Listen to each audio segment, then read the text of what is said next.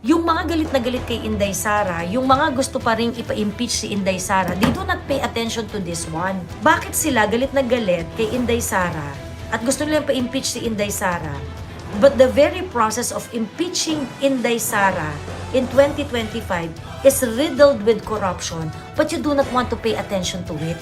Ang impeachment complaint na inendorso ng akbayan ay isang papel na walang kalakip na kahit anong ebidensyang magpapatunay sa mga paratang na isinasaad dito.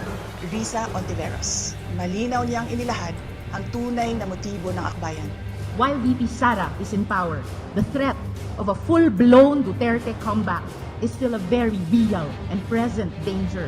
Wala talaga ako kaamor-amor dito sa mga sa mga yellow pinks na to eh. Sobrang sinungaling. Magkalinawan lang tayo. Yung impeachment ni Inday Sara, it revealed yung mga corrupt practices nila sa Congress. It's purely political. And sa bibig mismo ni Risa Ontiveros nang galing na si Tanga, gagawin niya ang lahat para mawala lang ang mga Duterte sa politika. Bakit? Because they cannot beat the Duterte in any election. So because they cannot beat her with public service, they cannot do what the Dutertes are doing. Ang gagawin nila, i-eliminate nila. 'Di ba?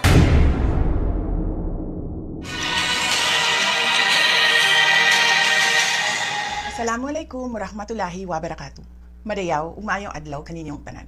Magandang araw sa inyo lahat. Ang impeachment complaint na inendorso ng akbayan ay isang papel na walang kalakip na kahit anong ebidensyang magpapatunay sa mga paratang na isinasaad dito. Hindi na ito bago.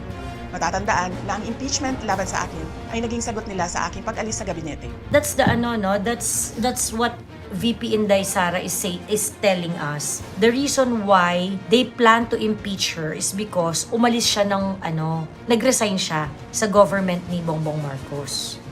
'Di ba? And that made her an open target. The reason why I wanted to talk about this is because kung maalala nyo, nung panahon na bad trip na lahat ng mga Duterte supporters kay Bongbong Marcos, at meron na nga mga Duterte supporters na nababad trip kay Inday kasi parang, ano ba yan Inday, ikaw na lang ang nagbibigay ng benefit of the doubt dyan kay Bongbong Marcos. 'Di ba? Ikaw na lang nagbibigay ng benefit of the doubt dyan. Lahat kami bad trip na sa kanya. Ikaw na lang ang kasi at that time parang ganun pa yung dating ni VP na parang inuubos niya talaga yung pasensya niya kay Bongbong Marcos. But I think now, people should understand the reason why kailangan niyang gawin yun. Kasi nga, once na umalis siya sa government ni Bongbong Marcos, she became an open target. And that is what Inday Sara is telling us right now. Na, kaya niyo naman ako pinapa-impeach kasi nilayasan ko kayo eh. 'Di ba? Kaya niyo ako tina-target ngayon kasi nilayasan ko kayo. Isang hakbang na isinagawa dahil hindi na maipaliwanag ng Pangulo ang patuloy na pagkalugmok ng bayan sa kahirapan dulot ng kanyang kapabayaan at bisyo. Noong 19th Congress, binuksan pa nila ang isang Investigation in Aid of Legislation, hindi upang lumikha ng batas, kundi upang magsagawa ng isang malinaw na fishing expedition para sa planadong impeachment laban sa akin. Paulit-ulit nilang ibinandera ang isyu Mary Grace Piatos bilang umano'y bahid ng katiwalian. Kahit na sa kabila ng lahat ng investigasyon ay wala silang naipakitang kahit isang direktang paglabag sa paggamit ng confidential funds. Sumunod na dito ang bentahan ng mga pirma para sa impeachment at ang mga tinaguriang for later release projects na ipinangako umano sa ilang miyembro ng Kamara upang itulang ang impeachment laban sa akin. Mga pangyayaring mismong inamin na ng ilang mambabatas sa kanilang mga naging pahayag. Let us take note na yung impeachment ni Inday, yung unang impeachment na ginawa sa kanya noong 2025, there are so many corrupt activities associated to it. Let us just emphasize that na since nung pinlano nilang impeach si Inday Sara, ang dami-daming corruption activity ang naka-attach diyan. Like for example, yung soft and hard project associated doon sa pagpirma sa impeachment laban kay Inday Sara. Ngayon, let us not forget that there were glaring proof na nagkaroon ng bentahan ng pirma. In a sense na yung mga nagpirma makakakuha ng allocation. Kaya nga nagkaroon di ba ng for later release. Yun yung sinasabi ni VP dito. And yung mga galit na galit kay Inday Sara, yung mga gusto pa rin ipa-impeach si Inday Sara, they do not pay attention to this one. So I hope that when you talk about the impeachment of Inday Sara, especially to those yellows and pinks, bakit sila galit na galit kay Inday Sara at gusto nilang pa-impeach si Inday Sara? But the very process of impeaching Inday Sara in 2025 is riddled with corruption, but you do not want to pay attention to it. 'Di ba? Mga putang ina nyo, sa totoo lang, kahit talagang, wala talaga ako kaamor-amor dito sa mga, na to sa mga yellow pinks na to Sobrang sinungaling. Yung wala silang dangal talaga, na, talaga, galit na galit kayo, gusto nyo accountability, gusto nyo parusahan si Inday Sara, ihiyain si Inday Sara, impeach pag-usapan ang kanyang mga transgression, ganyan-ganyan. Wala man kayong maipakita na talagang violate niya.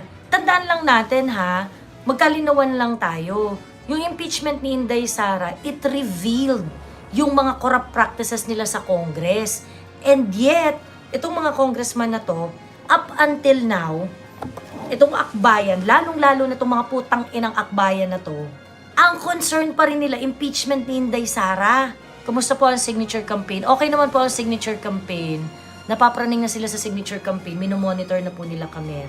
Ay, tuloy lang natin Mga kababayan, walang kredibilidad ang akbayan upang mag-endorso o magsumite ng impeachment complaint. Ilang ulit ng hayagang ipinahayag ng kanilang pinuno ang kanyang intensyong tumakbo sa pagkapangulo. Isang malinaw na indikasyon ng pampulitikang motibo sa likod ng kanilang mga hakbang. Huwag nating kalimutan ang makasaysayang talumpati noong Agosto 2024 ni Risa Ontiveros, kung saan malinaw niyang inilahad ang tunay na motibo ng akbayan bilang isang grupo. At habang ang anak niya ay may kapangyarihan pa, hindi magiging madali ang ating laban. While VP Sara is in power, the threat of a full-blown Duterte comeback is still a very real and present danger. For one, they are supported by one major superpower, China. Kaya malinaw na lahat ng ito ay isang uri ng harassment at pang-aabuso sa proseso ng impeachment ng grupong akbayan. Hindi malinaw kung ano ang ipinaglalaban nila para sa kaayusan ng bayan, pero napakalinaw ng kanilang pamumulitika at pagpapahirap sa usaping diplomasya ng ating bansa. Sa huli, ang tunay na laban ay hindi lamang laban ng iisang tao o iisang grupo. Ito ay laban para sa katotohanan at sa dangal ng ating bansa. Naway magsilbi itong paalala sa ating lahat na ang kapangyarihan ng impeachment ay hindi dapat ginagawang sandata ng politika, kundi isang banal na proseso para sa hustisya at pananagutan. Sapagkat kapag nanaig ang abuso, ang tunay na talunan ay ang sambayanang Pilipino. Syukran. Klaruhin lang natin, Yung sinasabi dito ni VP, walang kredibilidad ang anak bayan na mag-file ng impeachment complaint. And the reason is very simple. Anak bayan is not concerned about transparency. They are not concerned about corruption. Magkalinawan lang tayo dito. At yung mga kabataan na nakikinig, yung mga nakikialam sa politika ng mga kabataan dito, there is no integrity in what these congressmen are doing sa pagpapa-impeach kay Inday Sara. It's purely political. And sa bibig mismo ni Risa Ontiveros nang galing na si Tanga, gagawin niya ang lahat para mawala lang ang mga Duterte sa politika. Bakit? Because they cannot beat the Duterte in any election. So because they cannot beat her with public service, they cannot do what the Dutertes are doing. Ang gagawin nila, i-eliminate nila, 'di ba? Akbayan. Yung kay Risa. So wala talaga silang integrity na na mag-file ng impeachment complaint. Makabayan Black naman yung Makabayan Black, yung dalawa yung nag-file ng impeachment complaint. Ang nag-endorse Akbayan, pero yung mga nag-participate dyan, mga taga Makabayan Black And then, the second impeachment was the one filed by Kiko D, Tindig Pilipinas. Joey Cruz, kailangan talaga natin lahat ng DDS ay lumabas na at pumunta sa harap ng Kamara at Senado. Nandun ang laban. Protesta na walang tigil. talagang i-convict nila si VP Sara. Sabi ni Dio dyan, wala akong problema dyan. Let's go. Let's go. Ang problema, how can you bring these people to those places? At this point, kailangan talaga lahat ng mga Duterte supporters magsama-sama. Miss Joey, pwede kayang tanggalin na lang ang party list, siya pa sahod sa government. Pwede, but that will require constitutional change. And right now, if you want a constitutional change, you would need huge block of the House of Representatives to agree with you. So, pwede mong gawin. Kaso nga lang, nakikinig ba sa'yo yung House of Representatives mo? 'Di ba? Hindi nga eh. So anyway, I would really like to leave a message, lalong-lalo na doon sa mga kabataan na nakikialam sa politika. Okay? Walang integridad ang pag-file ng impeachment laban kay Inday Sara. Okay? Noong 2025, yung impeachment na ginawa nila against VP Inday Sara actually has a very glaring corruption activities. Pwede ba naman yun? Napipirma ka ang kapalit projects? 'Di ba? Mahina tayo sa propaganda at mahina ang mga organizers. Di makaipon ng maraming DDS supporters. Marami tayo, ayaw lang magsakripisyo, sabi ni Dio dyan. And also, okay? And also, lazy. Ganun. Ang dami-daming nagpapanggap na Duterte supporters. Akala nyo Duterte supporters, pero nanggugulo lang. Kasi ang gusto nyo magbati-bati lahat ng tao. Gusto nyo magbati-bati lahat ng tao. Ayan, hindi nyo alam, merong mga nagdi-divide sa mga Duterte supporters. Kasi akala nyo nga, Duterte supporters sila. Kau iyon, sabi ni Bing, hindi ako yun. Si Edwin Hamora yun, si Maharlika. At saka yung mga tropahan nila, sila yun. Bing 1818. Okay? Parang si Kuyang Ibi at Jun Abines, hindi pala sila okay. Lately ko lang nalaman. To be fair kay Kuyang Ibi at saka kay Jun Abines, matagal ko nang alam na hindi sila okay. Nevertheless, to be fair with these two, while meron silang huge personal differences, hindi nila yan nilabas sa social media for the longest time. Miss Joey, nakakamada na ang mga plano nila. By all means, gigibain nila si VP. Siya lang ang pwedeng humadlang sa kabulukan nila. Correct, Miss Joey, may sinusupalpal nga ako sa awayan na June Abines at EB. Ikaw daw at si Sir EB anti-pam. Dinamay ka pa, Joey, kaya sinupalpal ko. Kasi mga Marisol. I actually do not really sinabi ko na to ng ilang beses, no? Ang local politics sa Cebu complicated. And I wanted the people from Cebu to sort it out. Sila ang mag-decide dyan. Of course, syempre, Cebu is a very big province, ano? Meron talaga yung national significance. Ganon. Meron ginagawa naman talaga si Pam na tumataas yung kilay ko. Pero hindi naman ako, I still give Pam some benefit of the doubt. Hindi ko kinakampihan si Kuyang Ibi doon sa galit niya. Hindi ko rin kinakampihan si Kuyang Jun doon sa galit niya. But I respect because I think both sides have points. Ganon. It's just that these two, they really have very strong political differences. But you also have to take note, okay? Like what I said, ako matagal ko nang alam na hindi sila okay. But these two gentlemen, for the longest time, they decided to hold it off. Why? Because the two of them are also thinking na mas maganda na nakafocus tayo sa laban. Dinadamay ka pa, Miss Joey, kasi sinupalpal ko mga Marisol. Correct, wala mo kinakampihan sa kanilang dalawa. Okay kami ni Kuyang Ibi, okay kami ni Kuyang Jun Abines. And we really hope and pray na sana magkaayos pa sila. Kasi feeling ko magkakaayos pa talaga sila eh. Yun nga lang talagang mabigat yung sama ng loob. And I think it is something that we also have to respect yung galit nila. So yun, anyway, mabalik lang tayo dito sa impeachment kay Inday. We really need to be very united. We need to be alert. Kasi, di ba kaya nga sinabi ko, start pa lang ng 2026, gagawin nila ang lahat in order to crush Inday Sara.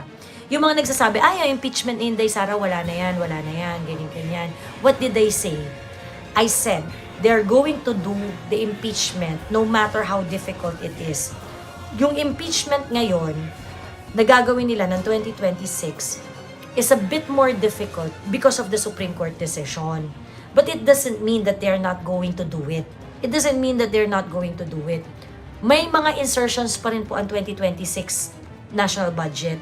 It's still a national pork. So, kung gagamitin nila yung mga pera na yan para sa impeachment ni Inday Sara, ibig sabihin, they still can. Di ba? Hindi natin alam kung kagaya nung pagpondo na ginawa nila noong 2025, malamang hindi na ganon.